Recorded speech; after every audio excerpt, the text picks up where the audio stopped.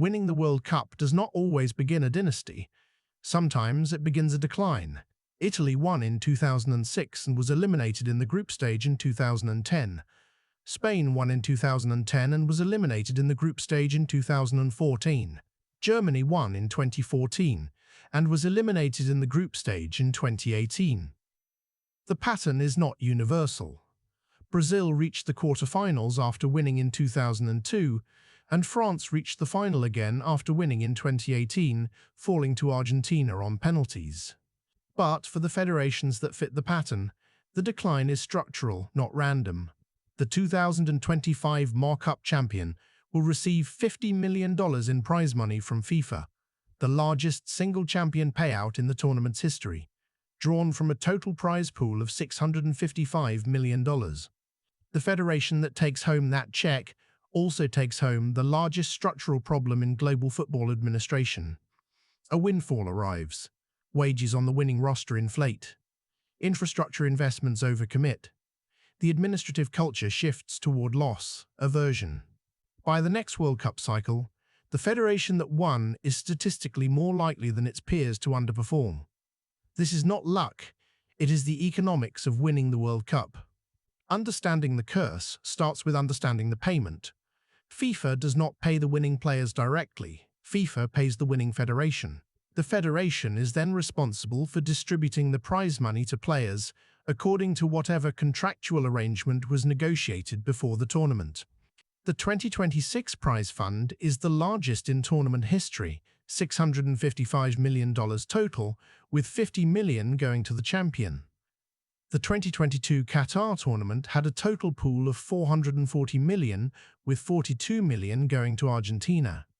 Each cycle has grown the pool, and each cycle has increased the windfall facing the winning federation. The distribution arrangements at the federation level vary wildly. Argentina, after winning in 2022, reportedly retained the majority of the prize money for federation operations and distributed a substantial bonus per player to its squad. Germany, after winning in 2014, distributed approximately €300,000 per player from the federation's allocation. France, after winning in 2018, distributed a substantial per-player bonus reported in the range of €280,000 to €400,000 depending on the source. In all three cases, the federation retained the majority of the prize money for federation operations, infrastructure investment, and youth development programs. There are also more extreme cases. The Ghana Federation's prize money standoff during the 2014 tournament, when the Ghanaian government flew over $3 million in cash from Accra to Brasilia to pay players and end a boycott threat, exposed how unilaterally federations can control the distribution. The point, the prize money, is not athlete compensation. It is a federation-level windfall, distributed at the federation's discretion. The athletic performance generates the money. The federation administration decides what happens to it. The first mechanism that produces the post-victory decline is wage inflation. When a federation's players win the World Cup, every player on that roster experiences an immediate revaluation in the global transfer market. The clubs that own those players' contracts can either renegotiate the wage upward to retain them or sell them at a substantial premium.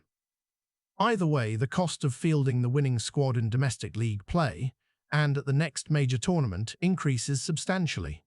Transfer market data tracked by industry observatories, notably the CIES Football Observatory and Transfermarkt, shows that players from championship-winning rosters typically experience meaningful valuation spikes within 12 months of the tournament.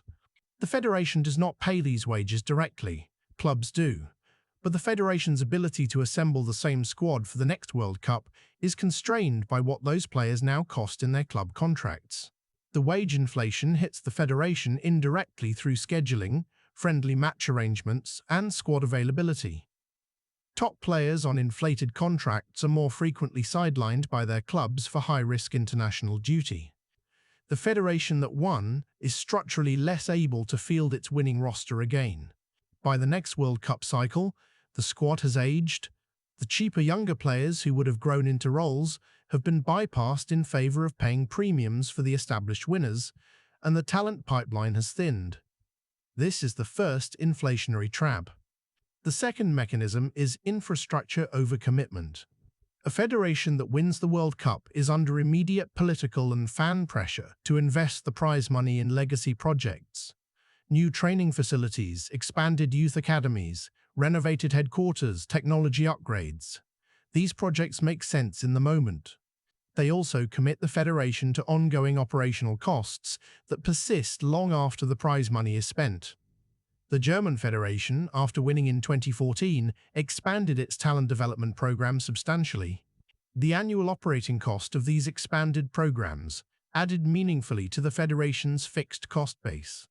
When the next four-year cycle did not produce equivalent revenue, no World Cup win means no prize money, windfall, the federation absorbed the higher costs against a baseline of normal annual revenue. The result is structural margin compression that persists across multiple cycles. France's post-1998 win followed a similar pattern.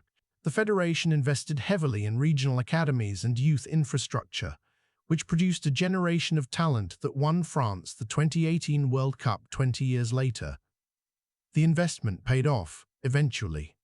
But during the intervening cycles, the federation's operational economics were significantly tighter than they had been pre-1998. The infrastructure investment that wins the next World Cup is funded by the federation's diminished operating margin in the meantime. This is the price of a championship, a more expensive baseline. The third mechanism is the hardest to quantify, but the most consistent across cases. Winning produces complacency at the federation level, not in individual athletes, but in administrative culture. Coaching staff that won the tournament tend to retain their positions for the following cycle, even when their tactical approach was specific to a particular squad. Scouting and recruitment shift to favor players who resemble the winning roster, narrowing the talent search at the moment when expanding it would produce the next generation. Strategic risk-taking, which characterized the federation in the years leading up to the win, gets replaced by risk aversion, designed to protect the championship legacy. The behavioral economics literature on this pattern is grounded in the work of Kahneman and Tversky on loss aversion, the principle that organizations and individuals weight potential losses more heavily than equivalent potential gains. The principle is consistent across organizational behavior research more broadly. Winners optimize for not losing what they have. Losers optimize for gaining what they do not. Over a four-year cycle, the loss aversion optimization produces measurably worse outcomes than the gain-seeking optimization. The federation that won the World Cup is structurally less likely to take the risks that would produce another win. The complacency dividend is the cumulative cost of this behavioral shift across thousands of small decisions: which coaches to retain, which players to scout, which tactics to test, which regions to invest in. None of the decisions individually causes the next cycle collapse. The aggregate of all of them does. Not every World Cup winner has collapsed. The exceptions are instructive because they reveal what would have to be true to escape the curse. Brazil, after winning in 2002, did not experience a 2006 collapse. They reached the quarter-finals before being eliminated by France. The reason: Brazilian football operates within a much larger talent pipeline than European federations, and the depth of the player base partially insulates the federation from individual roster cost inflation. There are always more world-class Brazilian players being produced than there is room on the national team. The federation's strategic choices are less constrained by who is currently expensive. France, after winning in 2018, broke the pattern even more clearly. They reached the final again in 2022, losing to Argentina on penalties. The reason for France's defiance of the curse is similar to Brazil's. France operates one of the deepest talent pipelines in global football, with regional academies developed over decades that produce a continuous flow of competitive players at every position. The federation's per-player wage cost matters less when the player base is wide enough to absorb retirements, transfers, and inflation through depth. The common feature across both exceptions: a domestic football economy large enough and structured in a way that the federation does not directly bear the wage, inflation, infrastructure expansion, and roster availability costs that mid-sized European federations bear after winning. Italy 2006 is the inverse example. Italy won, then was eliminated in the group stage in 2010, again in 2014, failed to qualify for 2018, failed to qualify for 2022, and failed to qualify for 2026. The deepest case study of the curse in modern history. The exceptions are not federations that escaped the curse through better management. They are federations whose domestic football economies are structurally less exposed to it. Most federations do not have this insulation. The curse applies to most winners because the structural conditions that protect Brazil and France do not exist for them. The 2026 World Cup produced a winner with history inside this exact mechanism. Spain lifted the trophy in 2010, banked the windfall, and was eliminated in the group stage in 2014. The federation that just won $50 million is the only champion in this episode's dataset to return to the top after living through the full cycle of decline. Whether it repeats depends on the same three variables. Spain's insulation is real, one of the deepest talent pipelines in world football, and a domestic league large enough to absorb wage inflation without distortion. Spain's exposure is also real. A federation whose governance has spent recent years under public pressure, where a $50 million windfall becomes a political object the moment it arrives. 12 months to wage inflation. 24 to infrastructure overcommitment. By 2030, we'll know whether Spain studied its own 2014 collapse or repeated it. What we have walked through is the curse. $50 million distributed to a federation that was not structurally prepared to absorb the windfall, a roster whose wage costs immediately inflate beyond the federation's ability to retain it, an infrastructure expansion that increases fixed costs against a baseline that does not grow proportionally, and a culture shift toward loss. A version that systematically narrows the strategic options available for the next cycle. The mechanism does not require any individual decision-maker to do anything wrong. The structural pressures are sufficient. Coaching staff retention, scout roster bias, infrastructure overcommitment, wage inflation, political pressure to publicly invest the windfall.